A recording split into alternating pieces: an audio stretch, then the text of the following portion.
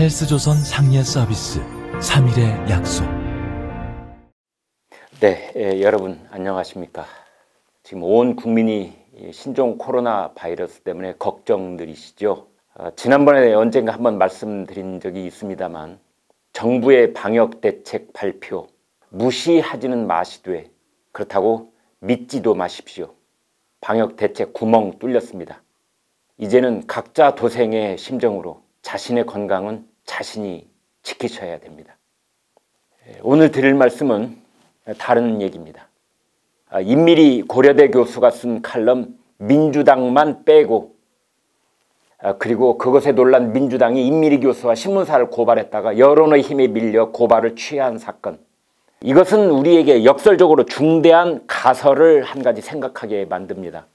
임미리 교수는 국민 위에 상전처럼 군림하는 오만한 민주당만은 찍지 말자는 그런 골자로 말했는데, 만약에 거꾸로 더불어민주당이 4월 총선에서 크게 승리하게 되면 도대체 어떤 일이 일어날까요?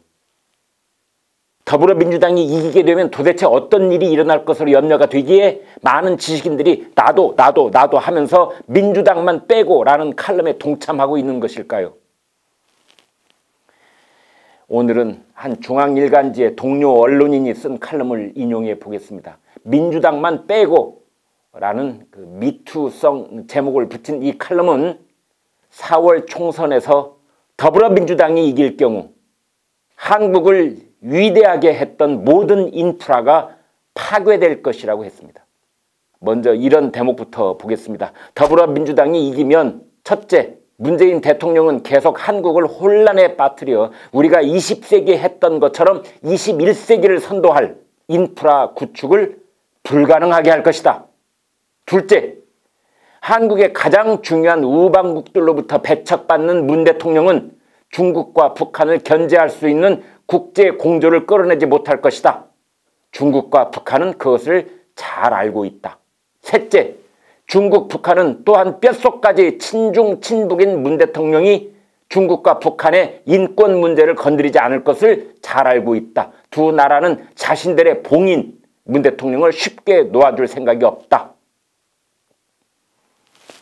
네, 이 대목은 뉴욕타임스 신문에 실린 칼럼을 패러디한 것인데요. 정말 4월 총선의 결과에 따라 바뀔 수도 있는 대외 환경의 핵심을 놀랍도록 잘 짚어내고 있습니다. 그렇다면 더불어민주당이 4월 총선에서 이길 경우 국내적으로 어떤 일이 일어날 것으로 염려됐기에 한국을 위대하게 했던 모든 인프라가 파괴될 것이라고 했을까요? 먼저 대한민국 건국 이래 지켜왔던 자유대한민국의 가치와 규범이 송두리째 뽑힐 것이라고 했습니다. 저 사람들은 건국 대통령 이승만과 근대화 대통령 박정희를 부끄러운 과거로 만들 것입니다. 아마 헌법도 바꿀지 모릅니다. 저 사람들은 4+1 협의체라는 요상한 야합으로 선거법도 바꿨습니다. 이해관계가 첨예하게 엇갈리는 선거법은 헌법보다 바꾸기가 어렵다고 했습니다. 그런 선거법도 바꾼 사람들이니 개헌쯤은 손쉽게 밀어붙일지도 모릅니다. 대한민국 헌법 전문에 나와 있는 자유민주적 기본 질서를 더욱 확고히 하여 라는 대목에서 자유를 빼고 민주만 남기려 할 것입니다. 그래서 전체주의 비슷한 헌법으로 바꿀 것입니다. 제가 괜한 걱정을 하고 있는 것 같으십니까? 더불어민주당은 2018년 2월 1일 당 차원의 개헌안에서 헌법에 나오는 자유민주적 기본 질서라는 표현을 민주적 기본 질서로 고치겠다고 이미 밝힌 바 있습니다. 앞서 2018년 1월 8일 발표된 국회 헌법개정특별위원회 자문위원회의 개헌안 보고서에도 자유민주적을 민주적이라고 고쳐서 표현했습니다.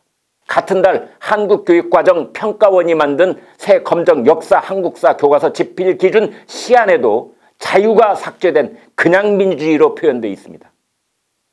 만약 오는 4월 총선에서 더불어민주당이 크게 이기면 2년 전에 시동 걸었던 그 일을 기어이 완수하려 들 것입니다. 앞서 인용한 신문의 칼럼은 그렇게 될 경우 허울뿐인 민주화 전체주의의 이름으로 토지 공개념, 주택거래 허가제, 대출 허가제가 다시 등장할 것이라고 예견하고 있습니다. 느닷없이 꺼내는 말이 아닙니다. 저 사람들은 그 여론의 간을 보려고 이미 말을 꺼냈던 개념들입니다. 신문 칼럼은 심지어 이사 허가제, 여행 허가제까지 나올지 모른다고 했습니다.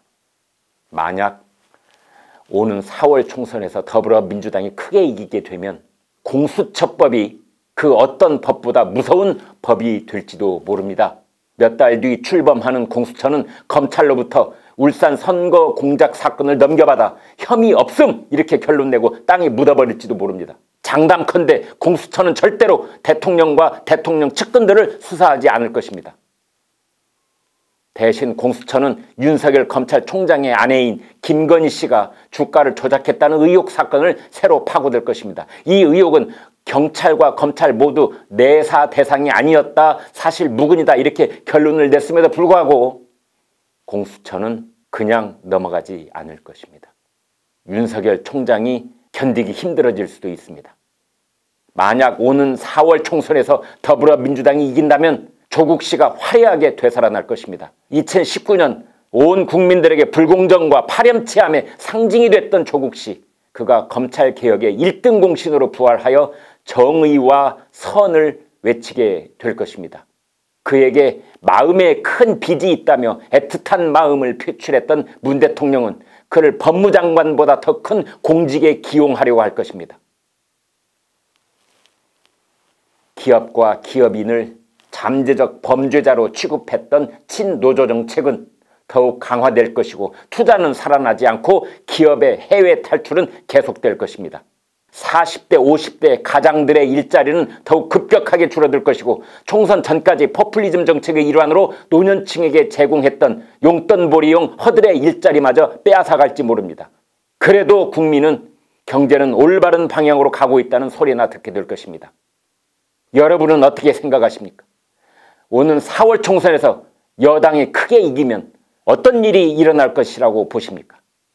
네, 오늘 이상의 말씀을 드렸는데요. 아무쪼록 이런 때일수록 정부의 대책 말고 자신의 몸은 이제 자신이 지켜야 되는 그런 단계에 왔다는 점을 확실히 인식하시고 건강 보살피시기 바라겠습니다. 고맙습니다.